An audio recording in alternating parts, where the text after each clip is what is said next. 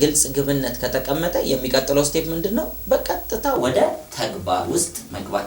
ይሄ እጅግ በጣም አስፈላጊና ወሳኝ ነው ማለት ነው።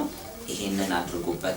እነዚህን አራቱን ስናደርግ አሁን አንድ በአንድ በዝርዝር እናያቸዋለን። ብሮድሊ በአጠቃላይ እንወስን። አንደኛው ቁልፍ ግብ ስንቀርጽ ቁልፍ ከሚያስፈልጉን ነገሮች መካከል የመጀመሪያው በአጠቃላይ ግቡ ምን ላይ ያተኩር?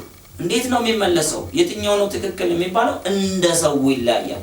ዛሬ ላይ በህይወታችሁ ያለው ትልቅ ፍላጎት ምንድነው?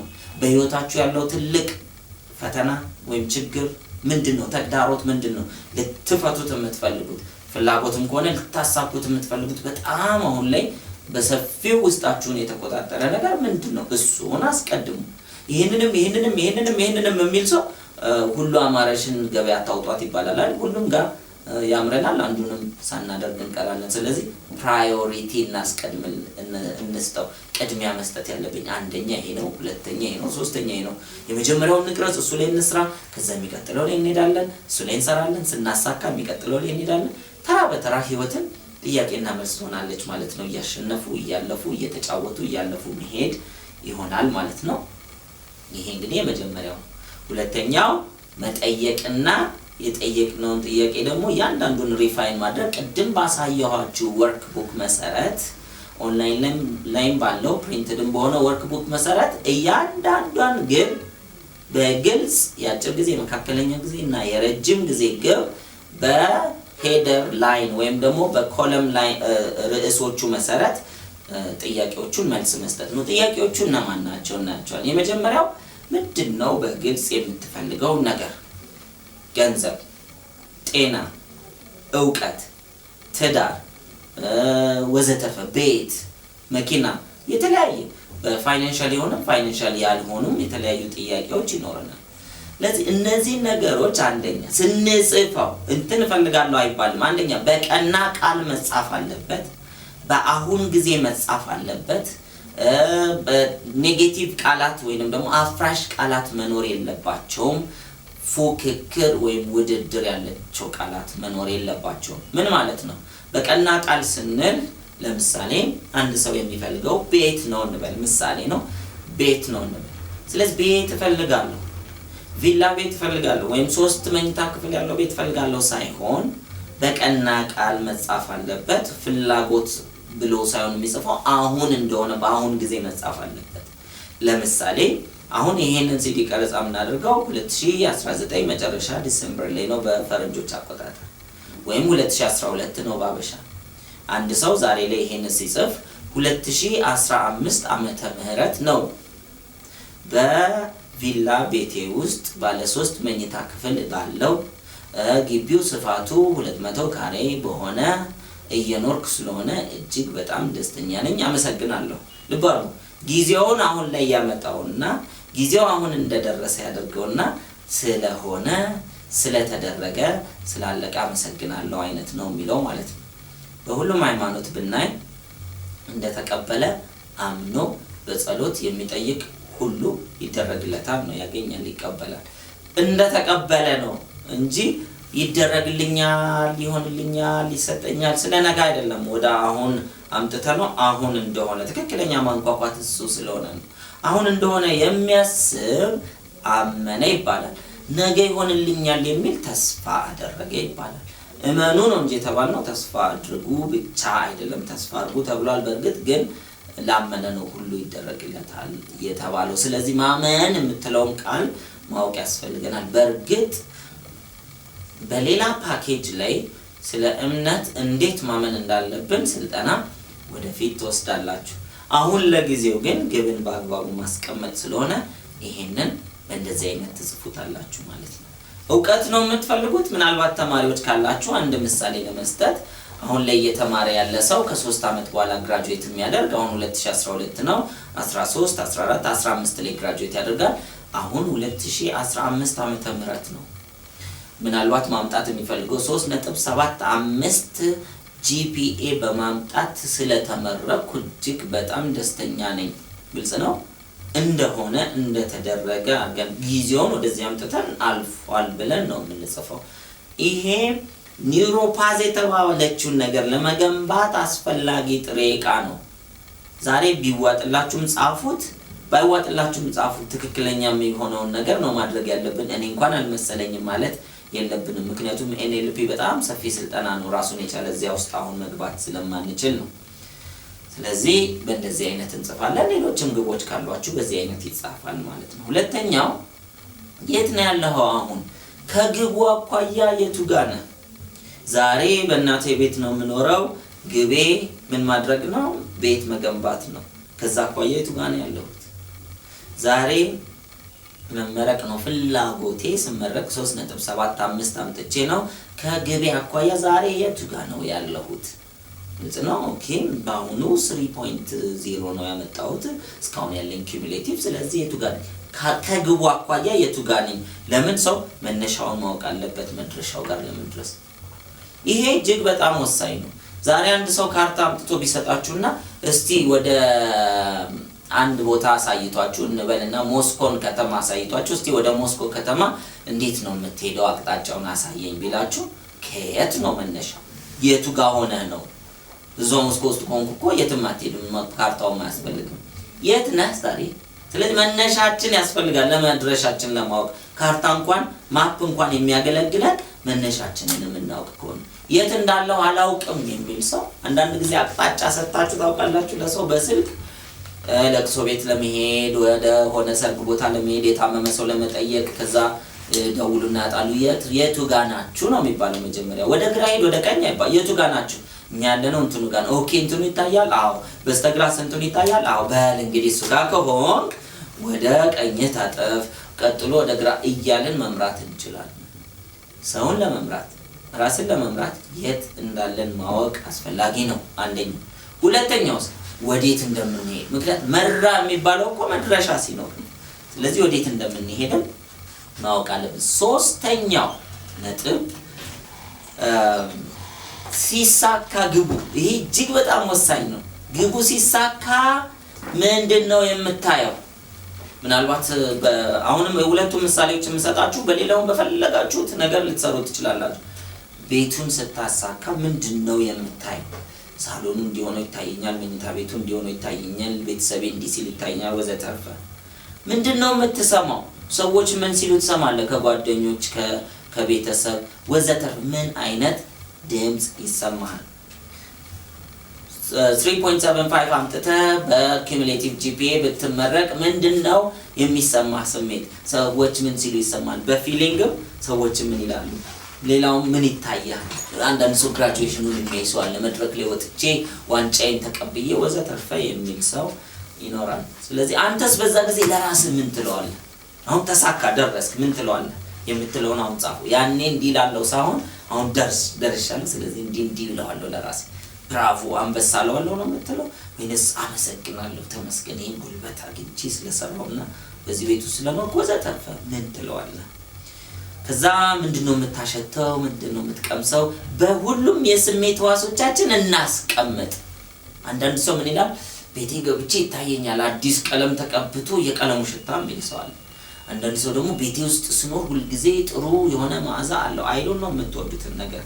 ስለዚህ በሁሉም የስሜት ህዋሶቻችን ማስቀመጥ አለብን። ግልጽ እያደረግነው ነው። ልብ አድርጉ። ዛሬ አይናችንን ገልጠን ያሳካናቸው ግቦች ሁሉ እንደሱ ማለት ነው እንደሚታየው እንደሚጨበጠው እንደሚዳሰሰው ምናየው ምንዳብሰው ምንጨብጠው አይነት አድርገን መጻፍ አለብን ማለት ነው። ስለዚህ ይሄንንም አሁን በሆነ ጊዜ ስደርስ እንዲህ ይሆናል ብላችሁ ሰራው በሲምፕል ፕሬዘንት እንጽፋለን። በአሁን ጊዜ ይጻፋል ማለት ነው። የሚቀጥለው ስንደርስ በምን እናውቃለን? አንዳንድ ሰው ግብ ያስቀምጣል ደርሷል፣ ግን ለዛ ይሰራል። ስንደርስ እኮ ማመስገን አለብን። ስንደርስ ማጨብጨብ አለብን። ስንደርስ ለራሳችን መሸለም አለብን። ደረስኩኝ። ብዙ ጊዜ በቁጥር የሚቀመጡ ግቦች አሉ። ከዛ ውጪ ግን የፍቅር ግብ፣ የሰላም ግብ፣ የቤተሰብ ግብ ወዘተርፈ ሰዎች አሳክተዋቸውም እንዳያመሰግኑ እንቅፋት ይሆንባቸዋል። ስለዚህ በግልጽ ደረስኩ የምትለው ምን ሲሆን ነው? አንድ ሯጭ ተነስቶ ሩጫ ሲጀምር በግልጽ መጨረሱን የሚያውቀው ሲጨርስ ገመድ እንደዚህ ይደረግና ወይም ክር እሷን በጥሶ ሲገባ ነው ጨረስኩ የሚለው። አለበለዚያ ሲሮጥ ሊኖር ነው ጨርሼ ይሆን አይሆን እያለ እየተጠራጠረ ስለዚህ እኔና እናንተም በህይወታችን ብዙ ነገሮች እንዲያሳክተን ግን ያልጨረስን መስሎን የምንሰራቸው አሉ። ስለዚህ በግልጽ በዚህ እንዲህ ሲሆን ያኔ አሳክቻለሁ ማለት የምንችለው መሆን አለበት። ይሄንን ፎርሙላ ታገኛላችሁ አንድ በአንድ ሙሉት። እነዚህ አሁን ማውራችሁ የኮለም ሄደሮች ሆነው ነው የምታገኙዋቸው። ከነሱ ስር እነዚህን ትሞላላችሁ ማለት ነው። የሚቀጥለው ይሄንን ግብ ስታሳካ ቤት ያለ ቤቱን ሲያሳካ GPA 3.75 ያለ 3.75 ሲያሳካ ከዛ ምንድነው የሚከፍትለት በር ምን እንድታደርግ ይፈቅድላል? ምናልባት በዚህ GPA የጨረሰ ሰው ጥሩ የሥራ እድል ይሰጠኛል ብሎ ሊያስብ ይችላል። ወይንም ደግሞ ስኮላርሺፕ መቀጠል አላማ ስላለ ለስኮላርሺፕ በር ይከፍትልኛል ወዘተርፈ። ምንድነው የምትፈልጉት?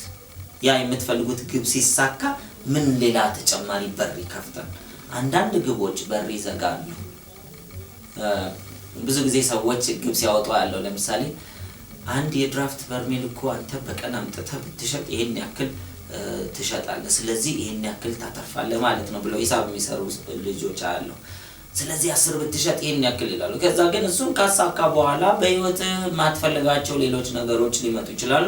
እንደዚሁ ደግሞ በህይወት መከፈት የነበረባቸው በሮች ሊዘጉ ይችላሉ። ስለዚህ የሆነን ግብ ስናሳካ የሚያሳጣን ነገር ሊኖር ስለሚችል ምን እድል ይፈጥራል፣ ምን መንገድስ ይዘጋል የሚለውን ማወቅ አለብን። የሚቀጥለው እንዴት ነው ኢኒሺዬት የምናደርገው? ራሴ ይሄን ለዚህ ግብ መነሳሳት ምክንያት ሆኜ ራሴው ጀምሬ ራሴው ማስቀጠል ይችላል። በራሴ ጀምሬ የማላስቀጥለው ከሆነ ይሄ ግብ በኔ ቁጥጥር ውስጥ በኔ ኮንትሮል ውስጥ አይደለም ማለት ነው። ስለዚህ ማሰብ ያስፈልገናል። ቆም ብለን እኔ ጀምሬው እኔም ማላስቀጥለው ከሆነ ልባርጉ የግድ እኔ ልስራው አይደለም፣ ግን እኔ ከፈቀድኩ ሊጀመር የሚችል እኔ ከፈቀድኩ ሊቀጥል የሚችል በእኔ ውሳኔ ውስጥ ሌሎች አብሮኝ በሚሰሩ ሰዎችን ላሳተፍ እችላለሁ፣ ችግር የለውም። ነገር ግን የግድ የሆነ ሰው በጎ ፈቃድ ካልገባበት ይሄን ነገር መስራት አልችልም ከሆነ እሱንም በጥያቄ ምልክት አድርገን እናስቀምጠዋለን ማለት ነው። አለበለዚያ ግቡ የኛ አይሆንም። በሰዎች እንትና ስላልረዳኝ ነው እንጂ እንትና እኮ ቢፈቅድ ኖሮ እንትና ነው እንጂ የጣለኝ የሚል ሰበብ ውስጥ መግባት የለብንም። በእኛ ቁጥጥር ውስጥ መሆን አለበት። አንዳንድ ሰዎች ምን ይላሉ? እስቲ ቆይ አጎቴ ሀብታም ስለሆነ የሆነች ቢዝነስ ፕሮፖዛል አለችኝ እሱ ጋር ይዤ ልሂድ። ከዛ አጎቴ እምቢ ይላል። እምቢ ሲል አጎቴ ነው እንጂ ኮኔ የት በደረስኩ የሚሉ ሰዎች አሉ። በሰዎች በጎ ፈቃድ ውስጥ የሚቀመጥ ግብ የለም። በእኛ በጎ ፈቃድ ገንዘብ ከሌለኝስ? ገንዘብ ከሌለ ሐሳብ አለ፣ ጉልበት አለ፣ ጤና አለ። ይሄ ሁሉ ገንዘብ ነው። ስለዚህ ይሄን ሐሳብ፣ ይሄን ጉልበት፣ ይሄንን ጤና እንዴት አድርጌ ወደ ገንዘብ ልቀይረው ነው መጀመሪያ። ሌላውም ሰው እኮ እንደዚህ ሰርቶ ነው። ስለዚህ ዝቅ ብለን ለመስራት ፈቃደኛ መሆን አለብን። እኔ ግድ ከአጎቴ ጋር ካለው ገንዘብ ካልሆነ አልጀምርም አይባልም። ግልጽ ነው። ሰው ባለው ዕውቀት ባለው ሪሶርስ ሁሉ መጀመር መቻል አለበት ማለት ነው። የሚቀጥለው መቼ፣ የት፣ እንዴትና ከማን ጋር ነው ማሳካት የምፈልገው? እነዚህ በጣም ወሳኝ ናቸው። አንዳንድ ነገሮቻችንን ከቤተሰብ ጋር ማሳካት እንፈልጋለን። አንዳንድ ነገሮቻችንን ከጓደኞቻችን ጋር፣ አንዳንድ ነገሮቻችን ከመንፈሳዊ አባቶቻችን ጋር፣ አንዳንድ ነገሮቻችን ከጎረቤት ጋር አላውቀውም። ስለዚህ እንደየግቡ ይለያያል። ስለዚህ ዛሬ የምታስቀምጡት ግብ መቼ፣ እንዴት፣ ከማን ጋር፣ በምን አይነት ሁኔታ ማሳካት ነው የምፈልገው የሚለው በግልጽ እንጽፋለን። ስንጽፍ አነሰልች። የኛ ህይወት ጉዳይ ነው። አንድ ህንጻ ሲሰራ አርኪቴክት ቁጭ ብሎ እያንዳንዷን መስመር እየተለካች ጭምር ይቀመጣል። ለምን? መፍረስ ስለሌለበት። የኔና የእናንተ ህይወት እንደዚህ አይነት ስልጠና ስንወስድ ቁጭ አድርገን ካለካን አይፈርስም ወይ ነው? ይፈርሳል እኮ። ዝም ብሎ ስለተነፈስን፣ ስለበላን፣ ስለጠጣን፣ ስለተኛን፣ ስለተነሳን ህይወት ሊባል አይችልም። ትርጉም የሚኖረው ዲዛይን አድርገን አስቀምጠን ወደዛ ዲዛይን ሄደ ትላንትና ወረቀት የነበረው ዛሬ በህይወቴ ስኖረው ከዛ ይሄ ነው ትክክለኛ ህይወት። ይገርመኛል። የዛሬ 12 ዓመት አካባቢ እንዲህ አይነት ስልጠና ወስጄ ዲዛይን ያደረኳቸውን ዛሬ ሳይ አይቼው የህይወት ታሪክ ነው እንጂ የሚመስለኝ እንትን አይመስለኝም። የድሪም ቦርድ ለካ እንደዚህ ያልፋል። ስለዚህ ደግሞ ሌላ ዲዛይን አድርጌ እሱን ደግሞ እያሳካው መኖር። ስለዚህ ህይወት ልክ እንደ አርኪቴክት መሬት ላይ ወረቀት ላይ ጽፎ ከዛ ወደ መሬት ላይ ገንብተውት እንደሚታዩ የሚገራርሙ ህንጻዎች ልክ እንደዛ የኔና የናንተም ህይወት መሆን ይችላል። ስለደላን አይደለም የሚሳካው፣ ፈተና ስላልገጠመን አይደለም የሚሳካው፣ እድለኛ ስለሆነን አይደለም የሚሳካው። እግዚአብሔር ቁማር አይጫወትም፣ ለሁላችንም እድል ሰጥቶናል። ግን ችግሩ አናውቅም፣ የህይወትን መርህ አልተገነዘብንም። ዘርቶ የማጨድ ነገር መሆኑን አልተገነዘብንም። ዘርቶ ነው ያልኩት፣ ሰርቶ አላልኩ። ይሄ ነው እንግዲህ ዘር፣ ይሄ ነው ዲዛይኑን መጨረስ። ዲዛይኑን ከጨረስን በኋላ ራሱ ሞቲቬት ያደርገናል፣ ያሰራናል ማለት ነው። የሚቀጥለው ደግሞ ምን አይነት ግብአት ያስፈልገኛል? የእውቀት፣ የሰው ኃይል፣ የገንዘብ፣ የችሎታ፣ የሞራል ወዘተርፈ ምን አይነት ግብአት ያስፈልገኛል? ይሄንን ማወቅ አለብን። ያንን ግብአት በአግባቡ ጽፈን በዚያ ግብአት መሰረት እየተገበርን እንድንሰራ ማለት ነው። እንደሱ እናደርግ ከሆነ ነው ስኬታማ የምንሆነው። ካለበለዚያ ሪሶርስ ካላወቅን የሚያስፈልገውን ጥሬ ዕቃን ብለው የሚያስፈልገውን ግብአት ካላወቅን ጀምረን ለካ እንትን ያስፈልጋል ብለን ያቆምናቸው ስንት ስራዎች አሉ። ለካ ጊዜ ያስፈልጋል፣ ለካ እውቀት ያስፈልጋል፣ ለካ ሞራል ያስፈልጋል፣ ለካ ገንዘብ ያስፈልጋል እያልን ያቆምናቸው፣ ለካ ሰው ያስፈልጋልም እያልን። ስለዚህ በህይወታችን አስቀድመን ማየት ጥሩ ነው፣ የሚያስፈልገውን ግብአት እንድንዘጋጅበት ማለት ነው። ስለዚህ ታላላቅ ነገር ደግሞ ስንሰራ የግድ የሰው ኃይል ግብአት ስለሚያስፈልጋቸው በሱ ዝግጁ እንድንሆን ማለት ነው። የሚቀጥለው ከዚህ በፊት ያሳካ ሰዎች እንዳሉ አውቃለሁኝ ወይስ እኔስ አሳክቻለሁኝ? እንደዚህ አይነት ነገር ከዚህ በፊት አሳክቻለሁ። አንዳንድ ሰው 3.75 ማሳካት ፈለገ፣ ከዚህ በፊት አሳክቶታል ይዞር ብሎ ሲያይ አዎ ከዚህ በፊት አንድ ሌላ ዲግሪ ይዟል በ3.8 ነው የጨረሰው፣ ስለዚህ አሁን ሌላ ልምድ ነው እየደገመ ያለው ማለት ነው። which is good፣ ጥሩ ነው። ያኔ የሰራሁት ምንድነው፣ ያኔ ያሰብኩት ምንድነው ብሎ እሱን ለመድገም። ካልሆነስ ለመጀመሪያ ጊዜ ከሆነ ሌሎችን ያማክራል። ከዚህ በፊት ያሳኩ ሰዎችን ቁጭ ብሎ ልምድ ይወስዳል።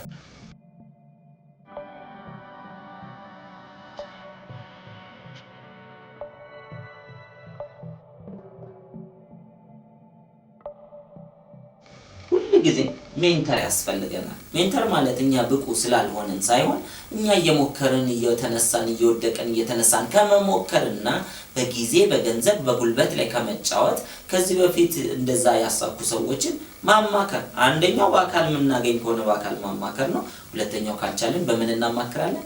በመጽሐፍ። ሰዎች መጽሐፎቻቸውን ይጽፋሉ። በእንደዛ አይነት ጂኒየስ ውጤት ያመጡ ሰዎች እንዴት እንደሚያስቡ በመጽሐፎቻቸው፣ በተለይ የግል ታሪክ መጽሐፎቻቸው ላይ እንገነዘባለን። የሚወስዷቸውን ውሳኔዎች፣ ችግር ሲገጥማቸው እንዴት እንደሚፈቱ ስለምንገነዘብ እጅግ በጣም አስፈላጊ አቅጣጫ ያሳየናል። እኔ በትምህርቱ ዓለም 3.75 ማምጣት መፈልግ ሆኜ ነገር ግን ኳስ ጨዋታ ማይ ከሆነ እኔ አሁን ፍየል ወዲያ ቅዝምዝም ወዲህ ነው የሚሆነው። ስለዚህ መሆንም ማንበብም ያለብኝ መከተልም ያለብኝ ከግቤ ጋር ያሉ ነገሮችን ነው እንጂ የሚያምረኝ ወደዚህ ማሳካት የምፈልገው ወደዚህ የሆነ መበጣጠስ የለብን። እንደዚህ መጓተት ይሆናል በህይወታችን። ስለዚህ ዲሲፕሊን፣ ስነ ስርዓት ያስፈልጋል። ግን እኮ ይሄንንም ወዳለሁ ምረጥ። ሁለት እግር አለኝ ተብሎ ሁለት ዛፍ አይወጣም። አንዱን መርጠን መውጣት ነው። ከዛ እሱን ጨርሰን ፍሬ ማውረድ ከሆነ አውርደን ከዛ እንደገና ሌላውን ዛፍ ይወጣል እንጂ ሁለቱ ላይ ብንሞክር ወይ እንሰበራለን ወይም ደግሞ ከመሬት ከፍ አንልም ነው የሚሆነው። ብዙ ሰዎች እንዲህ አይነት ችግር ይገጥማቸዋል ከትኩረት ማነስ። ስለዚህ ይሄ ስልጠና እነዚህን የወርክ ቡክ በምትሞሉ ጊዜ አቅጣጫችሁ እንዲስተካከል ይረዳል ማለት ነው። የሚቀጥለው ለምን ዓላማ ነው ይህንን ግብ የምፈልገው? ይሄ ግብ የሚያስፈልገኝ ለየትኞቹ ዓላማዎች ነው? የግቡ ዓላማ። አንዳንድ ጊዜ ሰው ገንዘብ ማግኘት ይልና የገንዘቡን ዓላማ ማስቀመጥ አለበት። ቤት ራሱ እንዴ ቤት እኮ ዓላማው ምን ግልጽ አይደል? እንዴ አትበሉ። ቤት መገንባት ካለ አንድ ሰው የሚገነባው ለምንድን ነው? ትዝ ይለኛል ይሄንን ጥያቄ በውስጤ ሲመጣ ድሪም ሃውሴን ብዬ ከጻፍኩ በኋላ ለምን ዓላማ ነው የሚያስፈልገው? ሰላማዊ መቀመጫ ስለሚያስፈልገኝ፣ ለሰዎች ራእይን ለማገልገል ሰላማዊ መቀመጫ ነው። ምክንያቱም እኔ በሰላም ቁጭ ካላልኩ እንዴት አድርጌ ላገለግል እችላለሁ? ልክ እንደዛ እናንተ ያንን አስቀምጡት ማለት ነው። ናው የሚቀጥለው ቼክ ሊስት ነው። ሶስተኛው 9 ቼክ ሊስቶች። እያንዳንዷን ግብ አንድ ለምሳሌ እንበል ፋይናንሻል ግብ ይኖራል። ፋይናንሻል ግብ ውስጥ የረጅም ጊዜ፣ የአጭር ጊዜ፣ መካከለኛ ጊዜ ይኖራል። ከአጭር ጊዜ ውስጥ 1 2 3 ይኖራሉ። አንዷን ግብ በ9 ትለካላችሁ። ሁለተኛውንም ሶስተኛውንም ልባርጉ ይሄ እጅግ በጣም ወሳኝ ዲዛይን ስለሆነ እያንዳንዷን ሆን ብላችሁ ስሩት፣ ትልቅ ውጤት ያመጣል። now ensure the goal is well formed የሚል ነው መጀመሪያ የምናየው። ግቡ በአግባቡ መቀረጹን ማወቅ አለብን። ስለዚህ በዘጠኙም ነጥቦች እየለካ ነው። ካለፈ ወደሚቀጥለው ግብ እንሄዳለን። በዘጠኙም እንለካለን። ካለፈ ወደሚቀጥለው እያለ ሁሉንም እያሳለፈ የማያልፍ ካገኘ ድጋሚ ቼክ ይደረጋል። አለበለዚያ ግብነቱ ይቀራል ማለት ነው። ለዚያ ጉዳይ አንሰራም ማለት ነው። ለዚህ የመጀመሪያው የተጻፈው በቀና ቃላት ነው ወይ? ግልጽ ነው። አፍራሽ ቃል የለውም ወይ የሚለውን እናያለን። ሁለተኛው ራሴ ጀምሬ ራሴ ላስቀጥለው የምችለው ነው ወይ? ወይም እድገቱን ራሴ ላስቀጥለው የምችለው ነው ወይ? ሁለተኛው እሱ ነው። ሶስተኛው ግቡ ሲሳካ የምሰማው፣ የማየው፣ የማሸተው፣ የሚሰማኝን ስሜቴን ነገር አሁኑኑ አውቀዋለሁ ወይ? ይሄ እጅግ በጣም ወሳኝ ነው። ሲሳካ እነዚህን ይሰማኛል። ከዛ ግልጽ ቀንም ተቀምጦበታል የሚለው እናያለን። የሚቀጥለው ለኔና በህይወቴ ለምቀርባቸው ሰዎች ወይም ለሌሎች ሰዎች ለማንኛውም ሰው ትክክል ነው ወይ? ትክክል ነው ማለት ይቀበሉታል አይቀበሉትም ሳይሆን በጎ ነገር የሚያመጣ ነው ወይ የሚለውን ማየት አለብን። እውነት ከሆነ የስ ካለንና ትክክል ነው ካለን ቲክ ከተደረገ ግብ ሆኖ ይቀጥላል። ከነዚህ ከዘጠኙ ውስጥ አንዱ አይ አይደለም ወይም ኖ የሚል መልስ ከሰጠን ግብ አይደለም ማለት ነው። ግቡ መስተካከል አለበት ወይም መተው አለበት ከሁለት አንዱ። ሌላው ከአንድ በላይ መንገድ አለው ወይ ለማሳካት? አንድ ብቻ መንገድ ካለው ይሄ ሪስኪ ነው። ምክንያቱም ያ መንገድ የተዘጋ ጊዜ ምን እንሆናለን? ስለዚህ ከአንድ በላይ መንገዶች የማሳኪያ መንገዶች አሉት ወይ የሚለው እናያለን። ሌላው የመጀመሪያውን ስቴፖች አቃቸዋለሁ ወይ? ይሄን ግብ ለማሳካት መጀመርና ማሳካት ይለያያል። መጀመሪያ የምጀምረው ሁለተኛ ሶስተኛ የምሰራው እነዚህ ነው የመጀመሪያዎቹን ተግባራት አቃቸው። የመጀመሪያውን ተግባር ካላወቁት ግቡን መጀመር አልችልም። መጀመር የማልችለው ነገር ሁሉ ደግሞ ልጨርሰው አልችልም። ሌላው ይሄ ግብ ሲሳካ ብዙ እድሎችን ያመጣልኛል ወይንስ ብዙ እድሎችን ይዘጋል? ለምሳሌ አንድ ሰው በሙስና አጭበርብሮ ገንዘብ ማግኘትን እንደ ግብ ያስቀምጥ፣ ይሄንን መቼም ሲያገኘው ተሳካ ነው የሚባለው። ለዛ ሰው ሲያሳካው ብዙ እድል ይከፈትለታል ወይንስ ያጭበርባሪ ያሌባ ተብሎ ብዙ እድሎችን ያጣል? ይሄንን ማወቅ አለብን። ብዙ ሰዎች በትንንሽ ግቦች ምክንያት ለማሳካት ሄደው ይሰራሉ፣ በእነሱ ሂሳብ ያሳኩታል። ከዛ ብዙ መንገዶች ግን ይዘጉባቸዋል። ስለዚህ ብዙ እድሎችን ይከፍታል ወይ? አዎ ከሆነ እንሄዳለን እንሰራዋለን፣ ካልሆነ ግን መተው አለበት ማለት ነው። እኔ ጋር ያለው ዛሬ ያለኝ ጠንካራ ማንነቴ አብሮኝ ይቀጥላል ግቡ ከተሳካ በኋላ? አንዳንድ ግቦች ማንነትን የሚያጠፉ አሉ። ስለዚህ ግቡ ከተሳካ በኋላ ዛሬ የነበረኝን ጥንካሬ ያስቀጥላሉ። ጥንካሬን ማጣ ከሆነ ግቡ አያስፈልገኝም ማለት ነው። ይህ ግብ ሊሳካ የሚችልና ሊገለጥ የሚችል ሪያሊስቲክ ነው ወይ? ዛሬ ካለኝ ሁኔታ አንፃር ተነስቼ ጀምሬ በሰራው ላሳካው የሚችለው ሊጨብጠው የሚችለው ነገር ነው ወይ የሚለውን እናያለን። እንደዛ ከሆነና እነዚህን ዘጠኞች አዎ ብለን ከመለስን ግቡ ያልፋል ማለት ነው። አንዷም ግን አይ ካልን ወይም ኤክስ ከሆነና አንዷን ተመልሰን ግቡን እናስተካክላለን። የማይስተካከል ከሆነ ግቡን እንተወዋለን። በእንደዚህ ፕሮሰስ ውስጥ ከቀረጻችሁ ግብ ኒውሮ ፓት ፈጥረናል ማለት ነው። ይሄ ከተፈጠረ በኋላ አለመሳካት አይችልም። አንዳንዶቻችሁ ጋር ገና ለገና ዲዛይን ስለተደረገ ግብ እንዴት ይሳካል ለሚለው የሰው ልጅ በህሊና ውስጥ ነገሮችን በግል ሲያስቀምጥ አንኳኳ ማለት ነው። ይከፈታል የሚለው ይሄ የፈጣሪ ድርሻ ነው። ይከፈታል ኦፍ ኮርስ ይከፈታል። አዎ እንዴት ለሚለው ሁሉ ጊዜ ሰብኮንሺየስ ማይንዳችን ውስጥ ኦሬዲ እውቅና የተሰጠው ስለሆነ ቫይብሬት እያደረገ እየወጣ ምን ይሆናል ይገፋፋናል። እንዲያርግ የሚል ተመሳሳይ ኦፖርቹኒቲዎችን ወደኛ ያመጣልናል። እሺ ብለን እንድንቀበል መነሳሳትን፣ መነቃቃትን፣ አርጋርግ የሚል ስሜትን ይሰጠናል። ብዙ ሰዎች እኮ ስሜቴ ጠፍቷል፣ ሞራሌ ጠፍቷል፣ ደክሞኛል፣ ማረግ ሰጭቶኛል፣ ባከከል እኮ ያልፍ የሚል ይሄ የወረደ ስሜት ውስጥ እየገቡ ነው የተቸገሩት ሰዎች። ለምን? ግልጽ ግብ ስለሌለ የሚያነቃቃቸው ከውስጥ ሞቲቬት የሚያደርግ ሁሉ ጊዜ አርጋርግ የሚል ስሜት እየጠፋ መጥቷል፣ በግልጽ የሚፈልጉትን ስለማያውቁ። ስለዚህ ይህን ማድረግ ብቻ በእርግጠኝነት ለውጥ ያመጣልና ወርክ ቡኩ ላይ በአግባቡ ስላለ ይሄንን አንድ በአንድ በተባለው መሰረት ሙሉት።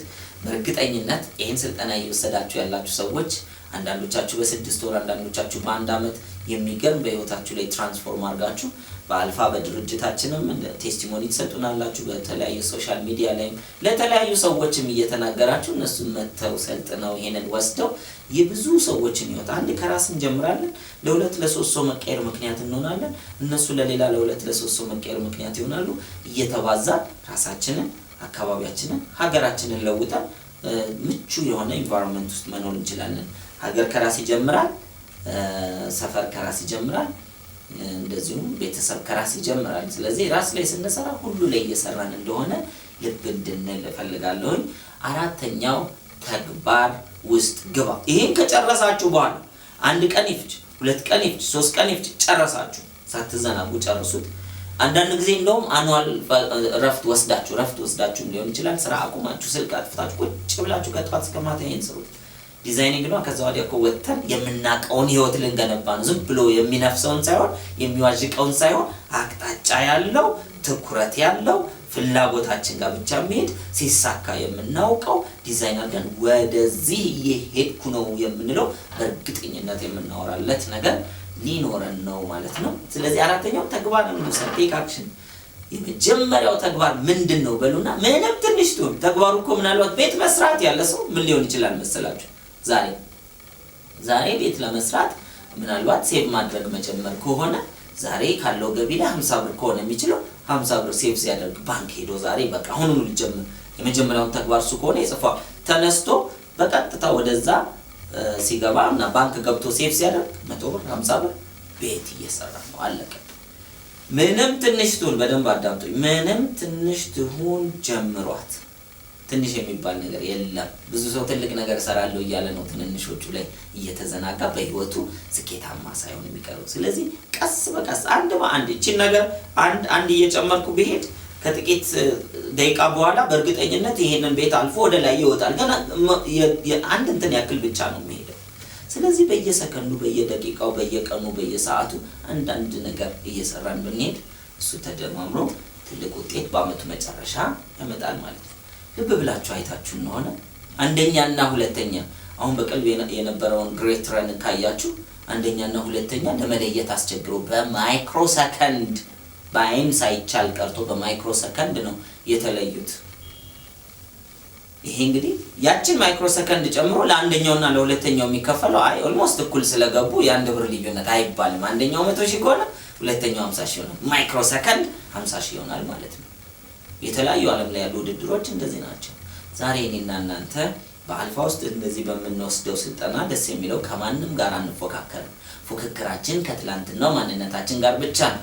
የትላንትናው ማንነቱን ዛሬ ያሸነፈ ዛሬ ያለው ማንነቱን ነገ ያሸነፈ ሰው ይህ ሰው እያሸነፈ ነው። ስለዚህ ከማንም ጋር አንፎካከርም። እንደውም ለብዙ ሰው ሰፖርት ነው የምንሆነው። ለሌሎች ሰዎች ለውጣችንን እያስተማረን እኛ በይበልጥ እያደግን የምንመጣበት ነው ማለት ነው። በፍጥነት ወደ ተግባር ውስጥ መግባት። ቆይ ነገ ቆይንጋ አይባልም። ዛሬውን አሁኑን ወደ ተግባር መግባት አለብን። ሁሉን ነገር ለወቅ አትበል። ወደ ተግባር ለመግባት ብዙ ሰው ወደ ኋላ የሚይዘው ምንድነው? ቆይ እስቲ ልማርና ቆይ ለወቅና ቆይ ትንሽ ልምድ ላዳብርና። የሰው ልጅ ልምድ ማዳበር የሚችለው በተግባር ውስጥ ነው። አንድ ምሳሌ ልስጣችሁና እዚያ ላይ እንጨርሳለን። ምሳሌው ምንድነው? ውሃ ዋና ትምህርት ለምሳሌ ዛሬ ማስተማር ብጀምር እናንተን አንደኛ ቀን ሁለተኛ ቀን ሶስተኛ ቀን ለአንድ አመት ሙሉ ክፍል ውስጥ እንደዚህ ቁጭ ብለን ወይም በኦንላይን በእንደዚህ አይነት ሊሆን ይችላል በሲዲ ቁጭ ብላችሁ አዳመጣችሁ እኔ በዋይት ቦርድ ብያብራራው እንዴት እንደሚዋኝ እጅ እንዴት እንደሚደረግ እግር እንዴት እንደሚደረግ እያልኩኝ ትንፋሽ እንዴት እንደሚሳብ እያልኩኝ የተለያየ ስታይል በሲዲ ብቻ አስተምራችሁ ከአመት በኋላ ውሃ ውስጥ በከታችሁ ስንት ሰው ነው መዋኘት የሚችለው? ቲዮሪውን ይዘን በጭራሽ የመጀመሪያው ቀን ልንዋኝ አንችልም። ስለዚህ ዋናውን ዛሬ እንጀምረው። በተግባር ውስጥ እንግባ። የምንጠጣው ነው እንጠጣ። ግልጽ ነው። ትንሚለን ይበለን። ከዛ በኋላ እስካልሞትን ድረስ እየቀጠልን እንሄዳለን። ያን ያክል ሪስኪ ነገር አይደለም። በአብዛኞቻችን ጎል ውስጥ ያለው ነገር ምናልባት ሰው ሪስክ ብሎ የሚያስበው ሰው ምን ይላል ገንዘብ ባጣስ ምናምን እንደዚህ ቦነስ ነው እንጂ ከባድ ችግር የሚያመጡ ነገሮች በአብዛኛው ጎል ውስጥ የሉም። ነገር ግን ሪስክ እስካልወሰድን ተግባር እስካልጀመርን ድረስ በጭራሽ ለውጥ ውጤት ላይመጣ አይችልም። ስለዚህ ምን እናድርግ? ግቦቻችንን በአግባቡ በእንደዚህ አይነት ፎርም ካደረግን በኋላ ሁላችንም እለት ቪዥዋላይዝ ማድረግ እንልመድ ነው። በየቀኑ ግባችንን በህሊናችን ውስጥ እናመላልሰው።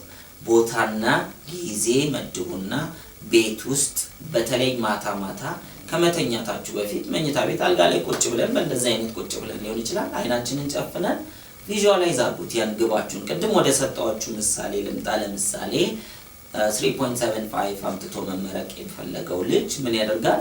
ኤ ማምጣት ስለሆነ አብዛኞቹን ያለበት፣ ስለዚህ ኮርሶቹን ውጤት የሚያይበት ኦንላይን ነው ውጤት የሚያየው ወይስ ኖቲስ ቦርድ ላይ ተለጥፎ ነው ወዘተርፈ ወይስ ወደ ስልኩ ላይ ነው የሚመጣለት?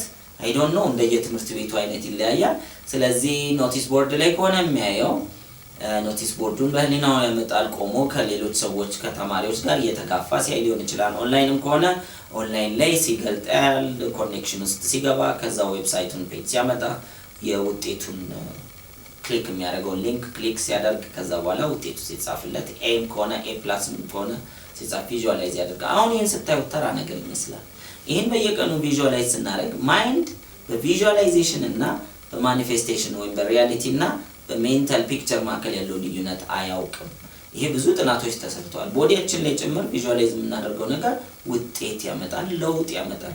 ስለዚህ ደጋግመን ቪዥዋላይዝ ስናደርግ እንዳጠናን ነው የሚያስበው። አንደኛ የማጥናት ሀቢታችንን ይቀይርልናል፣ ሁለተኛ የመረዳት ሀቢታችንን ይቀወር ደግሞ ብቃታችንን ይቀይርልናል። በእንደዚህ አይነት ውጤታማ መሆን እንችላለን። ሰዎች ከካንሰር ድነዋል ቪዥዋላይዝ በማድረግ። ምናልባት ወደፊት ቴስቲሞኒ የሚሰጣችሁ በካምፓኒያችን ውስጥ ይኖራል። እንደዚህ አይነት ስልጠና ተሰጥቶት ከካምፓኒያችን ወስዶ ካንሰር ብሬን ካንሰር ተብሎ ካንሰር አልባ ሆኗል። ይሄም 3 ወር ነው የፈጀበት። ደረጃ 2 የካንሰር ደረጃ 2 ተብሎ ተሰጥቶት አፍንጫው ነስር እየነሰረው ከዛ ልጆች ነግረውት እኔ ጋር ይመጣና ዲስከስ አደረግን። የድብቁ አእምሮ ኃይል የሚለው መጽሐፍ ላይ ያነበብኩትን እንደዚህ ቪዥዋላይዜሽን ነገርኩት። ምንድነው ያወራነው? አይነን ጨፍነ ማታ ሁሉ ጊዜ ማታና ጠዋት ለረጅም ሰዓት ደጋግመ ዶክተርህን አስቦ ዶክተር ቁጭ ብሎ ቴብሉን አስቦ ሁሉ ጊዜ ስትሄድ የሚመረምርህ ቦታ አንተም ቁጭ ብለ ከዛ በኋላ ውጤት ይዞ እንደዚህ ያየ ፈገግ ብሎ የሚገርም ነው ሙሉ ለሙሉ ነፃ ሆነሃል ይያለ ደጋግሞ ሲልህ ይሄን ፒክቸር ያውቃል ነው።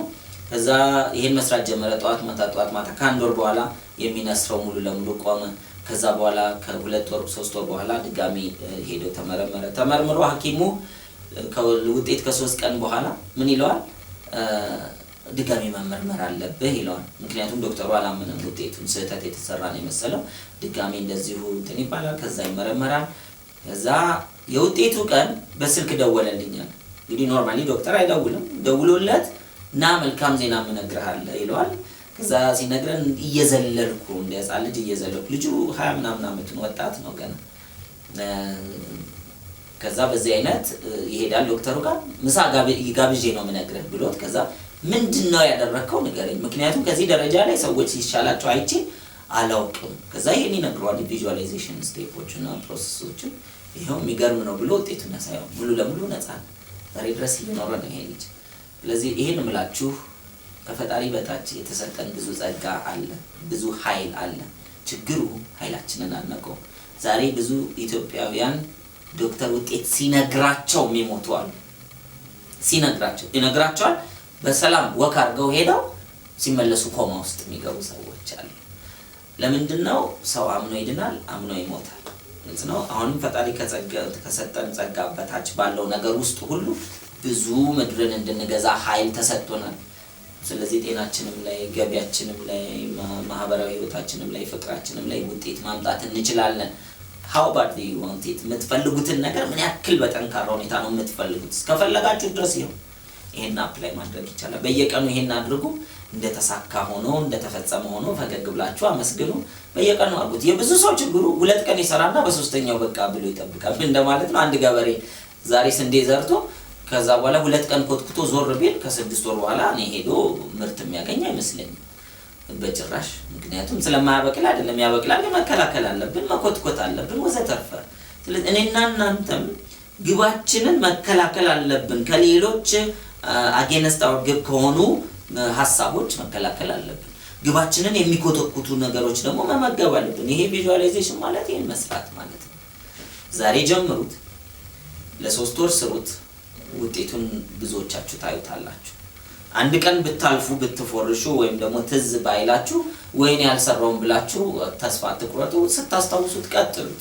በእንደዚህ አይነት በህይወታችን የሚገርም ለውጥ ማምጣት እንችላለን። ግብ ይሄንን ይመስላል። በእርግጠኝነት ሁላችንም አሳክተን ስኬታማ ሆነን እንገናኛለን። የሚሰጣችሁ የቤት ስራ ከዚህ ግብ ላይ ማለት ነው።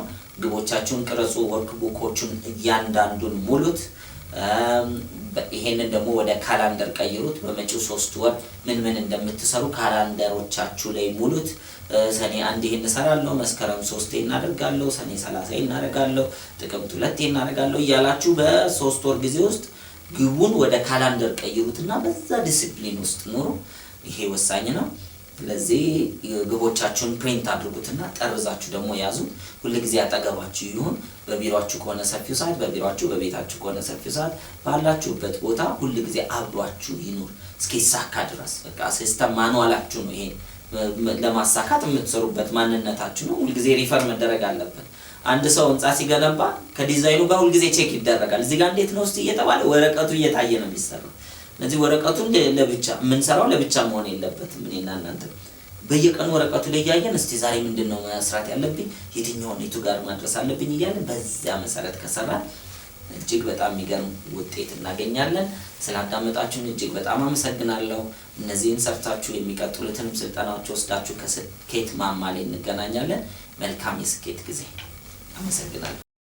ሰላም ጤና ይስጥልኝ። ከበደ ገዳ እባላለሁ ከአዲስ አበባ ኢትዮጵያ። ዛሬ ስለ ጎል ሴቲንግ ጥቅም ሼር ላደርጋችሁ ነው የገባሁት ማለት ነው። ከዚህ በፊት ጎል ሴቲንግ ስልጠና ወስጄ በህይወቴ ላይ እጅግ በጣም ብዙ ለውጦችን አግኝቻለሁ። በተለይ ጎል ሴቲንግ የሚለውን ስልጠና ስለ ጎል፣ ስለ ግብ፣ እንዴት ግብን ማውጣት እንዳለብኝ፣ እንዴት ግብ መቅረጽ እንዳለብኝ ይህንን ስልጠና ከመውሰዴ በፊት የነበርኩበት ህይወት ትንሽ ከበድ ይል ነበረ። ስልጠናውን የወሰድኩት ኬንያ ናይሮቢ ነበር። ኬንያ ናይሮቢ ነበር የምኖረው። በቀጥተኛ ሽያጭ ኢንዱስትሪ ውስጥ እሰራ ነበረ። ይህንን ስልጠና ከመውሰዴ በፊት መሰረታዊ ነገር እንኳን ለማሟላት አቅም አልነበረኝም።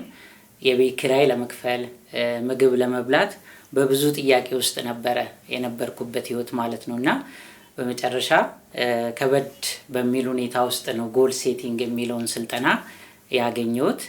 የምር በጣም መለወጥ፣ ግብ ቀርጬ ስኬታማ መሆን እፈልግ ስለነበረ በደንብ ነው ስልጠናውን የተከታተልኩት። ስልጠናውን ከተከታተልኩ በኋላ መተግበር የነበሩብኝ አሳይመንቶች፣ የቤት ስራዎች ነበሩ። እነሱን ሰልጥኜ ወደ ቤት ሲሄድ የሚሰሩ ብዙ ተግባራቶች ስለነበሩ የአመት ግቤን፣ የወራት እንዲሁም ደግሞ እንዴት ወደ ቀን አውርጄ መስራት እንዳለብኝ፣ እንዴት ውጤታማ መሆን እንዳለብኝ፣ የምፈልገውን ውጤት የምፈልገውን ገቢ እንዲሁ በትልቁ አስቤ በምኞት ከመሄድ ባሻገር እንዴት ነው ወደ እለት አምጥቼ መስራት ያለብኝ የሚለውን በደንብ ፕላን አወጣው። በዛ መሰረት ለመስራት፣ በዛ መሰረት ለመተግበር በትኩረት ነው መስራት የጀመርኩት። ብዙ ጊዜ ግብ የሚለውን ስልጠና ስትወስዱ የግድ ትኩረት ማድረግ በጣም አስፈላጊ ነው። እንዳናተኩር የሚያደርጉ በለመድነው መንገድ እንድንኖር የሚያደርጉ ብዙ ነገሮች አሉ። ግን ነገ ያቀድነው ያለምነው ቦታ ላይ ለመድረስ የግድ ዛሬ ዲሲፕሊን መሆን፣ ዋጋ መክፈል አስፈላጊ ስለነበረ ድሮ ማደርጋቸውን ነገሮች ትቼ ዲሲፕሊን ሆኜ በፕሮግራም ጊዜን በአግባቡ መጠቀም ጀመርኩኝ። በፕሮግራም መመራት ጀመርኩኝ። በዚህ ሁኔታ ውስጥ ይሄንን ህይወት የማያውቁ ብዙ ሰዎች ሲፎግሩ ነበረ። በጣም ሲሪየሱን ካካበድክ ምናምን ይሉኝ ነበር ጓደኞቼና በሚገርም ሁኔታ በቀረጽኩት ግብ መሰረት መኖር ከጀመርኩ ከ3 ወር በኋላ ሌላ ተአምር የሚመስል ህይወት ውስጥ ነው የገባሁት። በፊት ስለ ቤት ኪራይ ሲቸግረኝ የነበረው፣ ስለምበላው ሲቸግረኝ የነበረው ሰው አስታውሳለሁ። ገቢዬ $100 አይበልጥም ነበር አቨሬጅ እና በግብ ስልጠና መሰረት ግቤን ቀርጬ በዛው መሰረት ሰርቼ ከ3 ወር በኋላ ከ10 እጥፍ በላይ ነው ያሳካሁት። በደንብ ነው የማስታውሰው። ከ2 አመት በፊት ነው። $1250 ነበር የሆነው ገቢዬና በቃ የሚገርም ነበረ። በሚያቁኝ ጓደኞቼ፣ አብሬያቸው በመኖራቸው ጓደኞቼ ትልቅ መነቃቃት ነው የፈጠረው። ስለዚህ ለኔም ትልቅ ረፍት ነው የሆነኝ። ጥያቄዎቼ መሰረታዊ ነገሮቼ አለፉ። ከዛ በኋላ የበለጠ ትልልቅ ነገሮችን እንዳቀድ አቅም ሰጠኝ፣ ጉልበት ሰጠኝ። እንግዲህ ጎል ሴቲንግ የሚለውን ስልጠና ከወሰድክ 2 ዓመት አልፎኛል። ባለፉት 2 ዓመታት ውስጥ ማክሲመም ወራዊ ገቢን እስከ $2500 በኢትዮጵያ ወደ 75000 ብር ድረስ ማድረስ ይችላል። ይህን ስልጠና ከወሰድኩ በኋላ በነበርኩበት ኢንዱስትሪ ውስጥ ደግሞ ሽልማቶች ነበሩና 2 ሀገሮችን መጎብኘት ይችላል። በመሰራበት ኩባያ ሙሉ ወጪ ተችዬ ዱባይና ቻይና የተለያዩ ቦታዎችን ሁሉንም የፕሌን ሁሉን ወጪ የምግብ 5 ስታር ሆቴል ላይ አርፌ የተለያዩ ቦታዎችን መጎብኘት ይችላል።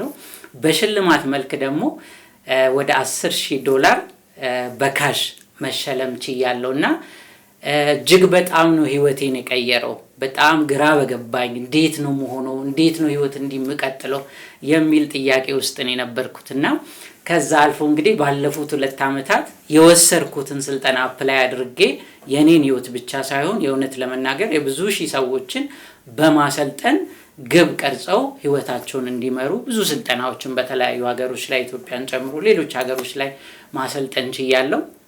እኔ ብቻ ሳልሆን የተጠቀምኩትን ለሌሎች በማካፈሌ እንደኔ የተሸለሙ ብዙ ሰዎች አሉ። የካሽ የተለያዩ ሀገሮችን እንዲሁም ደግሞ በህይወታቸው ላይ የራሳቸውን የቤተሰባቸውን የጓደኞቻቸውን ላይፍ የቀየሩ ሰዎች አሉና ብዙ ጊዜ ችግር ውስጥ ስንሆን ችግሩ ከመብዛቱ የተነሳ የምንቀየር ምንለወጥ መፍትሄ ያለ አይመስልንም።